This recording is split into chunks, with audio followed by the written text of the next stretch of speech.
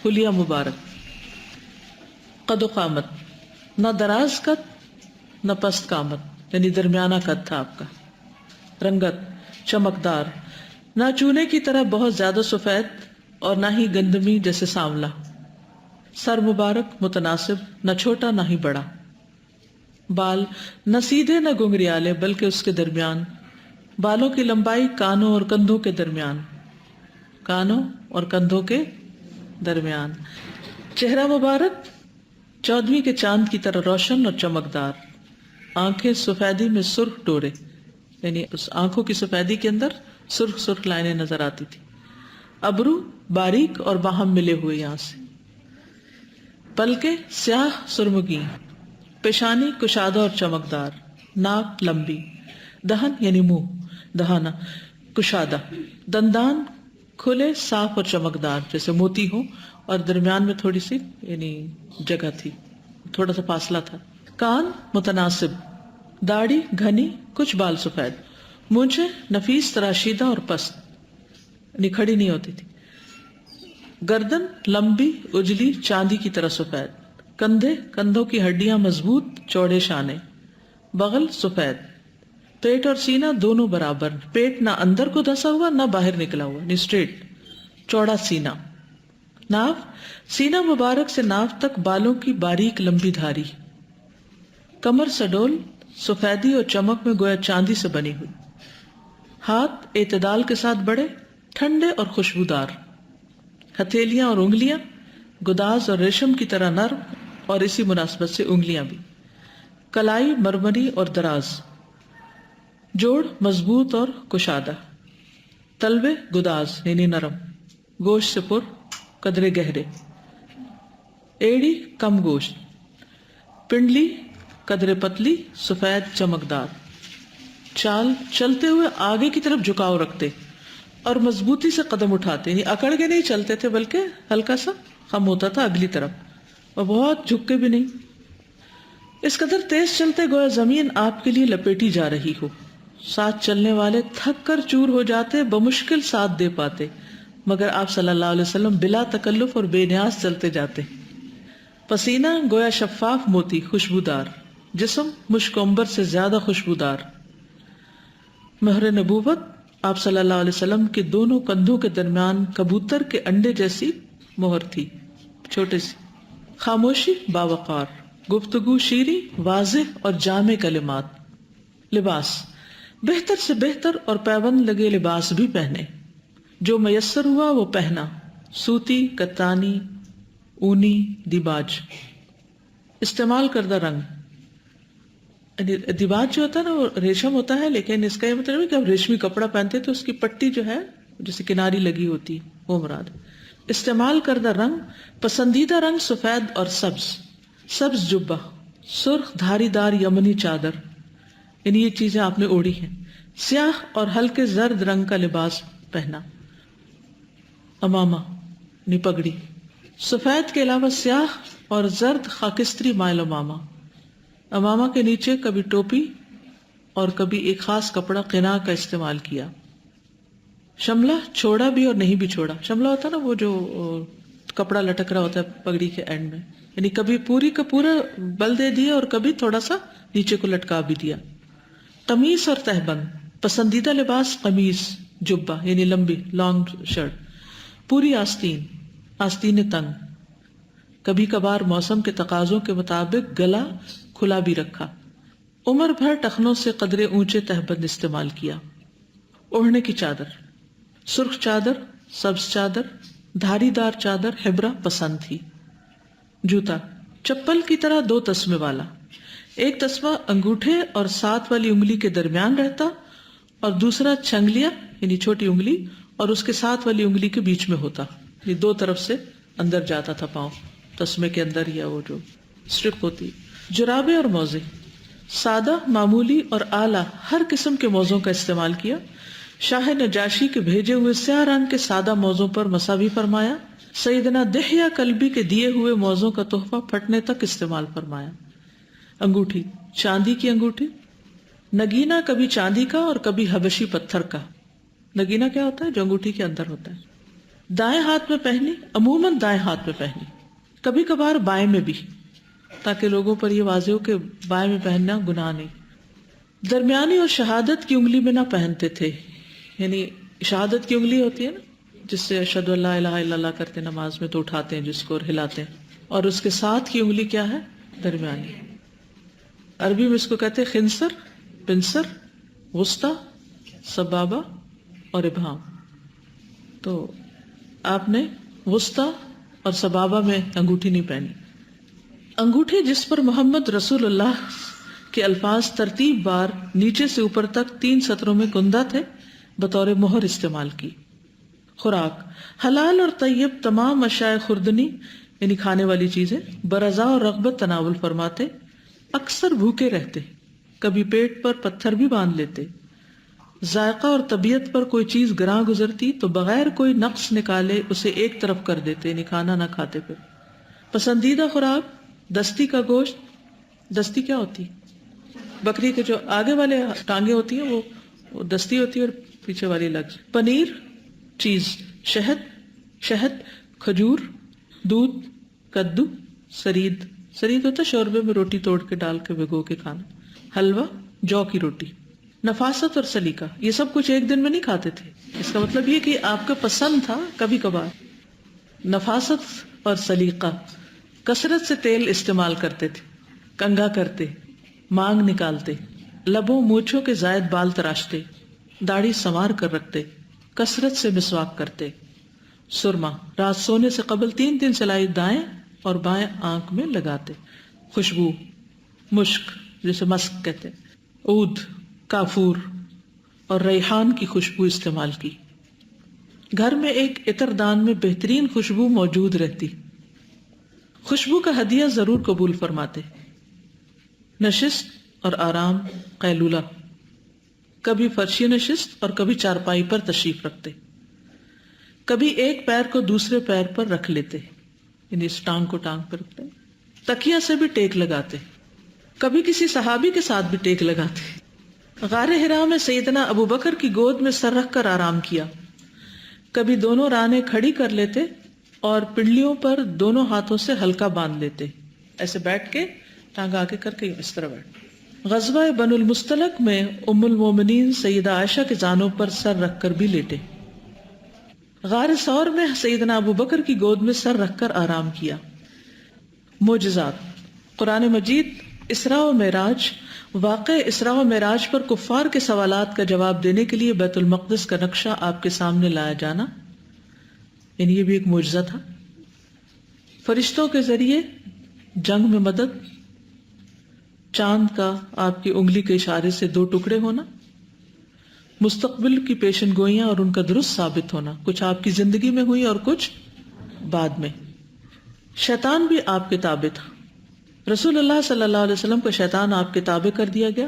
سیدنا عبداللہ بن مسعود کہتے ہیں کہ رسول اللہ صلی اللہ علیہ وسلم نے فرمایا، ما منکم من احد الا وقد وکل اللہ به قرینہ من الجن، قالوا وإیاک یا رسول اللہ، قال وإیای الا ان اللہ اعاننی علیہ فاسلم فلا یأمرنی الا بخیر۔ اللہ نے تم میں سے ہر ایک کے ساتھ ایک شیطان جن ساتھی مقرر کر دیا ہے۔ لوگوں نے عرض کیا، اے اللہ کے رسول صلی اللہ علیہ وسلم، کیا آپ کے ساتھ بھی؟ آپ نے فرمایا، ہاں میرے ساتھ بھی، مگر اللہ نے اس کے خلاف میری مدد کی تو وہ اسلام لے آیا، پس وہ مجھے بھلائی کے علاوہ کسی بات کا حکم نہیں دیتا۔ سبحان اللہ۔ نباتات، درختوں کا قبل از نبوت شام میں آپ کے لیے جھک جانا، پہاڑوں اور درختوں کا آپ کو سلام کرنا، درختوں کا آپ صلی اللہ علیہ وسلم کے کہنے سے چلنا، رسول اللہ صلی اللہ علیہ وسلم کا کھجور کے گچھے کو بلانا اور اس کا آنا، کھجور کے تنے کا آپ کے فراق میں رونا، کھجور کے ڈھیر میں سے آپ کا گزرنا اور ڈھیر کا بڑھ جانا، آپ صلی اللہ علیہ وسلم کا کیکر کے درخت سے 3 مرتبہ گواہی مانگنا اور درخت کا گواہی دینا۔ حجر، یعنی یہ معجزات مختلف چیزوں سے متعلق ہیں، اس لیے الگ الگ ٹاپک ہے۔ حجر کا مطلب پتھر۔ وادی کے شجر اور مکہ کا ایک پتھر آپ کو قبل از نبوت سلام کرتا تھا۔ احد پہاڑ، ہرا کا پہاڑ، احد پہاڑ کا لرزنا اور آپ کے قدم مبارک مار کر تھمنے کے حکم دینے پر رک جانا۔ حیوانات، سست اور کمزور اونٹنی کو چابک لگنے سے اس کا تیز رفتار ہو کر سارے لشکر سے آگے نکل جانا۔ سفر ہجرت میں خشک اور لاغر بکری کا آپ صلی اللہ علیہ وسلم کے دستے مبارک کے چھونے سے خوب دودھ دینا، سب کا جی بھر کر پینے کے باوجود سب سے بڑے برتن کا بھر جانا، سرکش اونٹ کو قابو میں لانا، آپ صلی اللہ علیہ وسلم کے پیار کرنے پر روتے ہوئے اونٹ کے آنسوؤں کا تھم جانا۔ تام، غزوہ خندق کے موقع پر 1 یا 2 آدمیوں کا کھانا 1000 آدمیوں کے لیے کافی ہو جانا۔ غزوہ خندق کے موقع پر جو کی چند روٹیاں 70 یا 80 لوگوں کو پوری ہو جانا۔ 1 پیالہ دودھ تمام اصحاب صفہ کو کافی ہو کر بچ جانا۔ 1 بکری کی کلیجی سفر میں 130 افراد کے کھانے کے باوجود بھی بچ جانا۔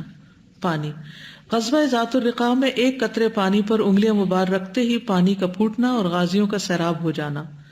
سفر حدیبیہ میں 1 کوزہ پانی میں دستے مبارک رکھتے انگلیوں سے پانی کا پھوٹنا اور 1500 افراد کو سیراب کرنا۔ سفر تبوک میں آپ کا ایک عورت کے پانی کی 2 مشکیزوں کو چھونا، اس سے 40 صحابہ کا سیراب ہونے کے باوجود مشکیزوں کا بھرا رہنا اور اس عورت کے ایمان لانے کا سبب بننا۔ حدیبیہ کے خشک کنویں میں آپ صلی اللہ علیہ وسلم کا ایک کلی پانی ڈالتے ہی کنویں کا پانی کا ابل پڑنا، دعا کا فوراً قبول ہونا۔ سیدنا انس بن مالک کو نبی کریم صلی اللہ علیہ وسلم نے دعا دی تو ان کا باغ سال میں 2 مرتبہ پھل دینے لگا۔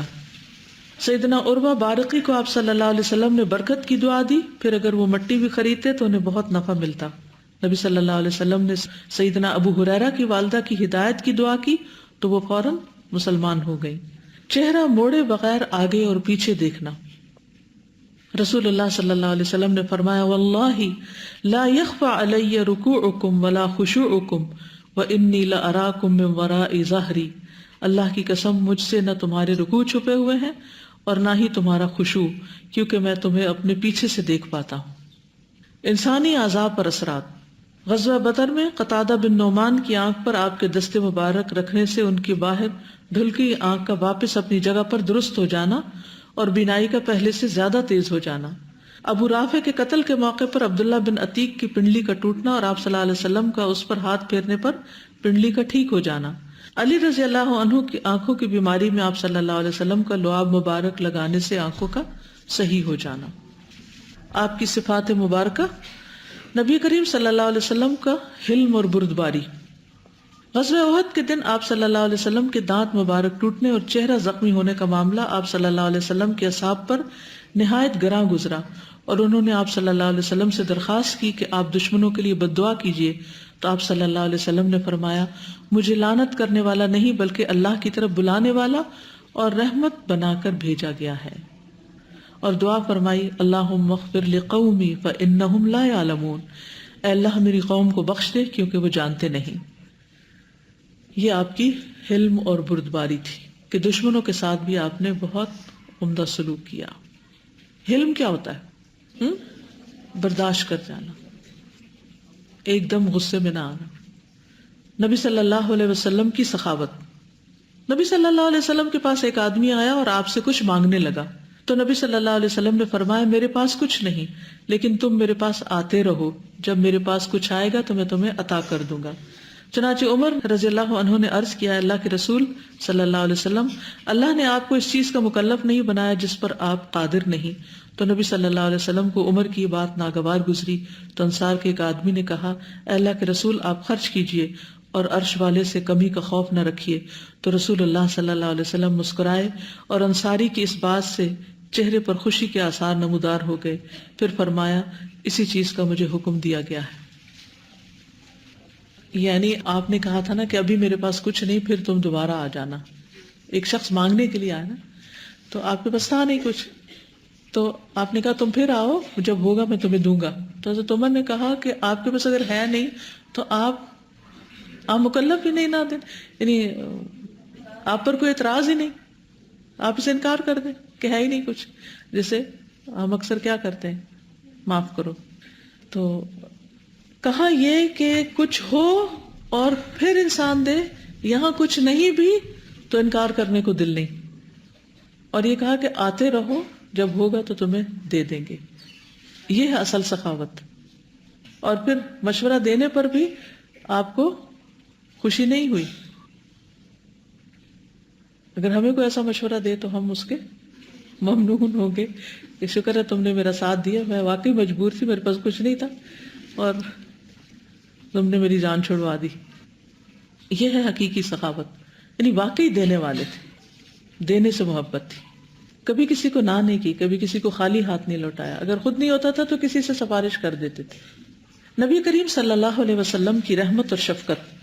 ایک اعرابی نبی صلی اللہ علیہ وسلم کے پاس آیا اور کہا اے محمد مجھے مال دیجیے کیونکہ تم اپنے مال یا اپنے باپ کے مال سے نہیں دیا کرتے. کتنا سخت جملہ ہے. اس نے نبی صلی اللہ علیہ وسلم کو سخت جملے کہے تو آپ صلی اللہ علیہ وسلم اپنے گھر میں داخل ہوئے اور اس کو عطا کیا. پھر فرمایا کیا تم راضی ہو؟ اس نے کہا نہیں. آپ نے پھر اس کو مال دیا اور فرمایا کیا اب تم راضی ہو؟ اس نے کہا نہیں. آپ نے اس کو تیسری مرتبہ مال دیا اور فرمایا کیا اب تم راضی ہو؟ اس نے کہا ہاں. آپ نے فرمایا میرے صحابہ کے پاس جاؤ اور ان کو بتاؤ کہ اب تم راضی ہو کیونکہ ان کے دل میں تمہارے خلاف کچھ ہے، کیونکہ ان کے سامنے تم نے مجھے برا بھلا کہا تو ظاہر ہے کہ ان کے دل پر کتنا گراں گزرا ہوگا کہ اس شخص نے ہمارے نبی اور ہماری محبوب ہستی کے ساتھ ایسی زیادتی کی ہے. آپ ایسی زیادتی کرنے والے کو نہ صرف یہ کہ اتنا دے رہے ہیں کہ وہ راضی ہو جائے، بلکہ دوسروں کو بھی اس سے راضی کر رہے ہیں. کہاں یہ کہ آپ خود ناراض ہو جاتے. یہ تھا آپ کا اخلاق، یہ تھی آپ کی صفات. اور ہمیں تو کوئی کچھ کہہ دے تو جس کو نہیں پتا ہوگا اس کو بھی بتا کے اس کو بھی ناراض کروائیں گے اس سے، اور پھر شرط لگائیں گے اگر مجھ سے تم نے بولنا ہے تو اس سے نہیں بولنا. نبی کریم صلی اللہ علیہ وسلم کی وفاداری. آپ صلی اللہ علیہ وسلم کو جب بھی کوئی ہدیہ پیش کیا جاتا تو آپ اس میں سے حضرت خدیجہ کی سہیلیوں کو بھی کچھ نہ کچھ بھجواتے. مثلا کبھی بکری کا گوشت کاٹتے، پھر اس کے پارچے یعنی ٹکڑے بنوا کر خدیجہ کی سہیلیوں کو بھجواتے اور فرمایا کرتے وہ ایسی اور ایسی تھی، یعنی اپنی بیوی کو یاد کرتے تھے، یعنی خدیجہ کی تعریف کیا کرتے تھے. نیز ہر مسلمان کے لیے خیر خواہ ہوتے. نبی صلی اللہ علیہ وسلم کی عاجزی اور تواضع. نبی صلی اللہ علیہ وسلم اپنے گھر کے کام بھی کرتے، مثلا گھر کی صفائی کرنا، جوتا مرمت کر لینا، کپڑے میں پیوند لگا لینا، خادموں کے ساتھ کھانا کھانا، بکری دونا، اونٹوں کی خبر گیری کرنا، بازار سے سودا سلف لانا. آپ صلی اللہ علیہ وسلم نے فرمایا اللہم احینی مسکینا وامیتنی مسکینا واحشرنی فی زمرۃ المساکین یوم القیامہ. اے اللہ مجھے مسکینی کی حالت میں زندہ رکھ اور مجھے مسکینی کی حالت میں ہی فوت کر، اور قیامت کے دن مجھے مسکینوں کی جماعت میں اٹھانا. یعنی آپ کی محبت کمزور لوگوں کے ساتھ تھی.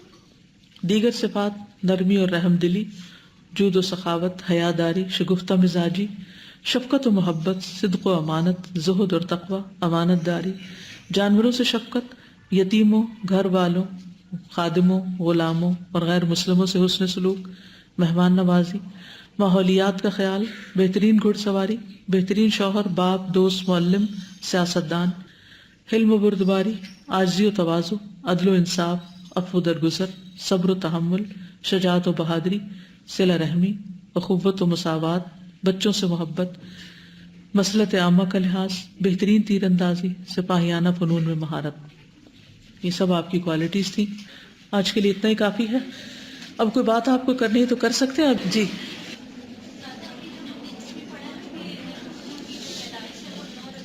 وفات کے بارے میں کوئی اختلاف نہیں، پیدائش میں ہے، کیونکہ اس وقت تاریخ لکھی تو نہیں جا رہی تھی نا، یہ اندازے سے ہی بتایا گیا.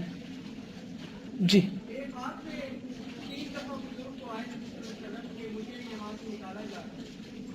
جی وہ واقعہ درست ہے، وہ واقعہ درست ہے. خواب میں تو کسی کو بھی کوئی آ کے، یعنی نبی صلی اللہ علیہ وسلم کئی لوگوں کے خواب میں آتے ہیں اور ان سے بات چیت بھی کرتے ہیں، تو خواب میں تو بات چیت ہو سکتی، کسی سے بھی ہو سکتی.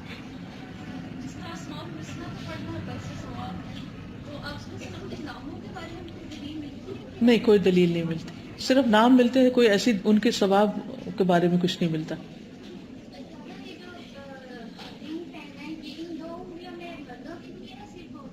یہ تو فرق نہیں بتایا گیا، لیکن آپ صلی اللہ علیہ وسلم نے اسی انگلی میں پہنی ہے، یعنی کہ بنسر میں.